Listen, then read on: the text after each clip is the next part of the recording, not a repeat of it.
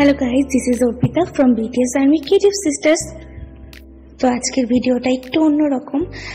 যে আমি আর দিদি মিলে পূজা দিতে আসছি কালী মন্দিরে। এটা জয়দেবপুর কালী মন্দির। এই মন্দিরটা নাকি 150 বছরেরও পুরনো।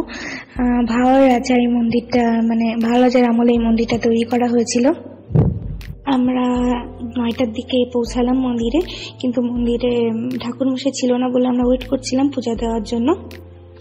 এই যে আমি আর দিদি,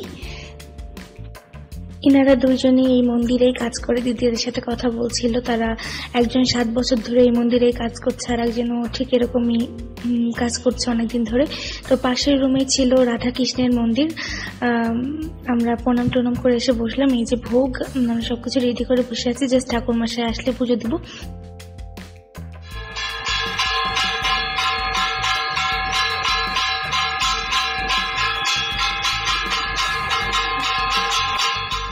নিচে ঠাকুর মশাই পূজা দিচ্ছে। গেটটা হয়তো সবসময় আটকানোই থাকে, তো সবাই এখানে যারা যারা অঞ্জলি নিবে অঞ্জলি নিচ্ছিল।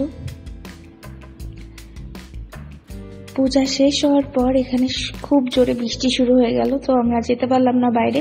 এই জন্য আমরা মন্দিরের ভিতরে সবাই মিলে গল্প করছিলাম, আরও যারা আসছিল পূজা দিতে। এই তো সবাই বসে আসছে এখানে।